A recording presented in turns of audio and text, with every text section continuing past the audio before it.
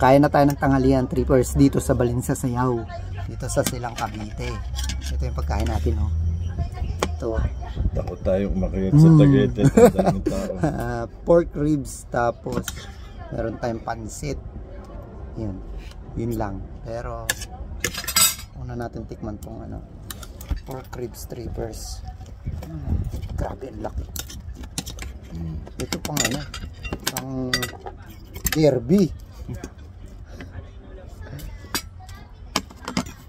Derby pa trippers. Tingnan nyo. Tikman natin kung ano lasa nito. Okay.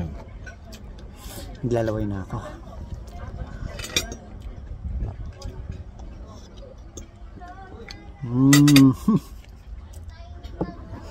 Suabe, ang sarap trippers. Ang lambot, pakalambot. Tapos sasamahan pa natin ng rice. Oh my god. Ito the best trippers. Tapos ito yung pansit. Kanton at bihon. Ano? Ano? Kaso may ano. Parang hindi na ako takot ngayon sa ano, sa shrimp. Huwag lang marami. Pagkatapos kumain kasi ka ng... kumain ako ng ano. Pagkatapos kumain ka ng kaunting asukal. Kaya nga eh.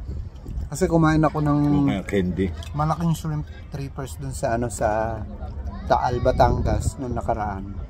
Nandun tayo sa Taal Church. Kumain ako ng malaking shrimp. Ngayon, meron na naman shrimp dito. Napakaliit lang. Pero parang di na ako takot kumain ngayon ito.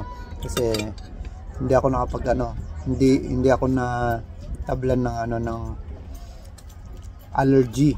Kaya try ko ulit. At least ngayon natitikman ko na yung ano, yung mga pagkain na hindi ko matikman noon. Masarap dito.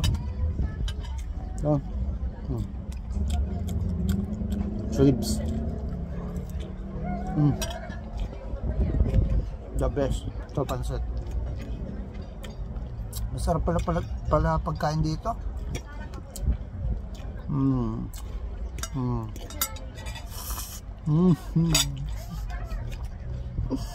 Sulit.